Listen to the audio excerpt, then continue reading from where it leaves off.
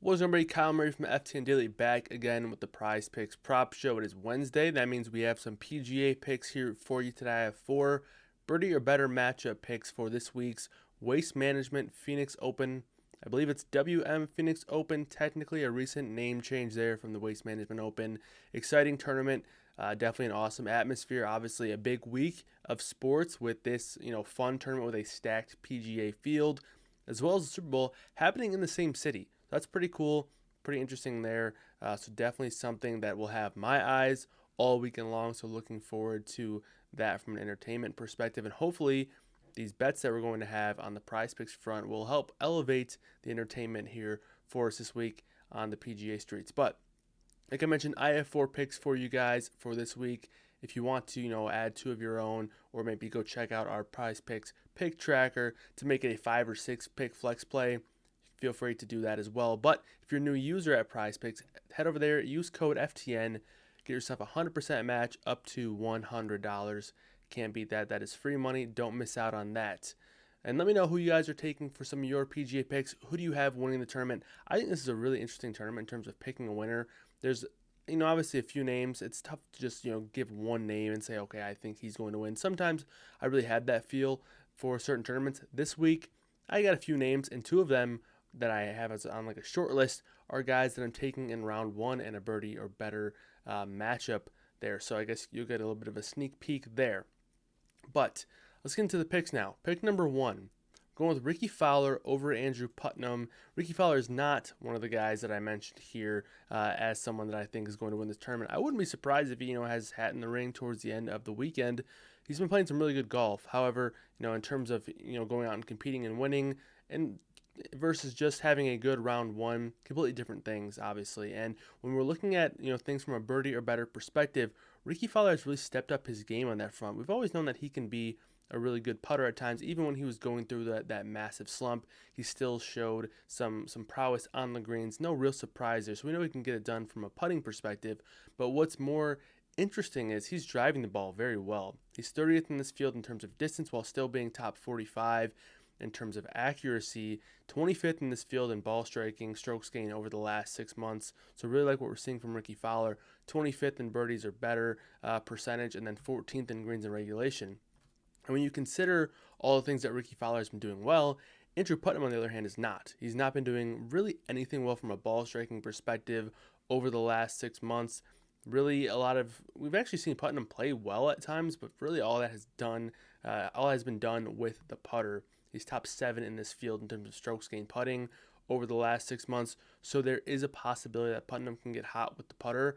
But from all the research that we've done, not only myself, but some of the other guys here at FTN Daily with Josh and Alex, how they do their course breakdowns, it really tells us that putting, talented putters aren't necessarily going to have success here no matter what. And it's actually, not that predictive of a stat this week. So looking to maybe take advantage of some of that stuff there with a little bit of an edge on that putting statistic. But pick number 1, Ricky Fowler over Andrew Putnam for round 1 round 1 birdie or better matchup.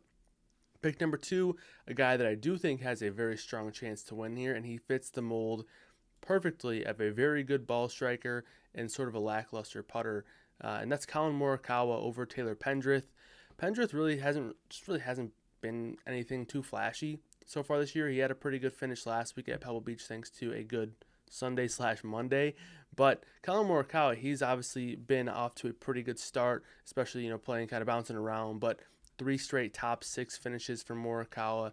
We know that he has the ball striking, right? It's just if the putter is there, he's going to be one of the best players in the world. It's really that simple. It's been the case for Collin Morikawa for 2 years now, where if he's putting, look out, entire world, because he's probably going to beat you, because that is how good he is with every other club in his hand. Even some of his around the green stuff has improved tremendously. When you look at his last 20 rounds in the last 6 months compared to the 2-year numbers.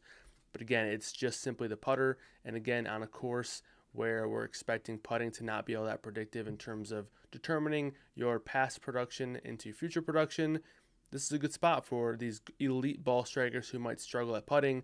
And, when you kind of think about how I play DFS and how I look for betting, I love to target these elite ball strikers. I think that in terms of week over week, you're more likely to find someone have a a hot putter, or I guess a good side of variance putting round or putting weekend or putting week in general, compared to finding somebody who's just a good putter and go out and be an elite ball striker. So I typically tend to side for guys who are these elite ball strikers that tend to sometimes maybe struggle with the putter, but that's because those bad putting rounds are causing the field or whatever betting public, whatever, whoever it is I'm competing against, to be down on those players. So myself, I tend to use that strategy in PGA and in betting from a PGA perspective. So knowing how I've done at this tournament, which over the last 3 years, I've picked the outright winner twice. Had a Webb Simpson ticket 3 years ago, and Brooks Koepka 2 years ago, and had a good week in DFS last week with Scotty Scheffler winning this event. So it's really no surprise that someone like me, who does take that perspective and take that kind of vantage point on PGA in general, could have some success here. So it makes sense as to that kind of course fit there. So that's a big reason why I like Collin Morikawa. And I guess I also just I guess a longer, or I guess a short-term version is, I just think Morikawa is a 10 times better player than Taylor Pendrith here. I think, again, if Morikawa gets a hot putter, he's a top 5 player in the world. So pretty simple pick there. Let's stick to that theme. A guy who I do have an outright ticket on, a long shot ticket, but still do like him. Again, probably a long shot to win the tournament, but Keegan Bradley over Wyndham Clark here for round 1, birdie or better. When you're talking about a guy who can strike the ball, Keegan Bradley can do it with the best of them. He's accurate and long. Not many people have that unique combination in terms of, you look at the strokes gained off the tee, no surprise that he's top 20 in a stacked field, by the way. Just keep that in mind when you say you're top 20 in this field. That is very, very good. When you look at the top 40 players in this event, they're some of the top 40 players in the entire world. So stacked event here.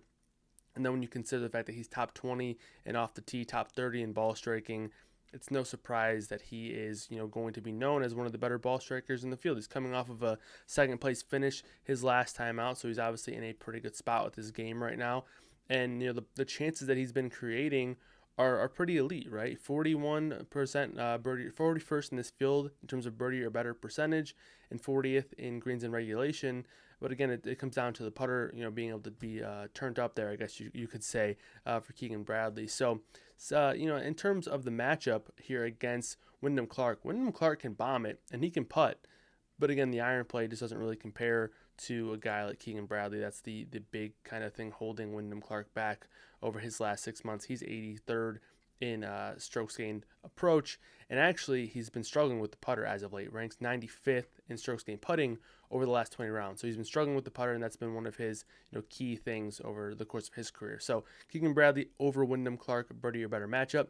And finally, if I had to make a pick to win the tournament this week, it would be this guy here, Tom Kim.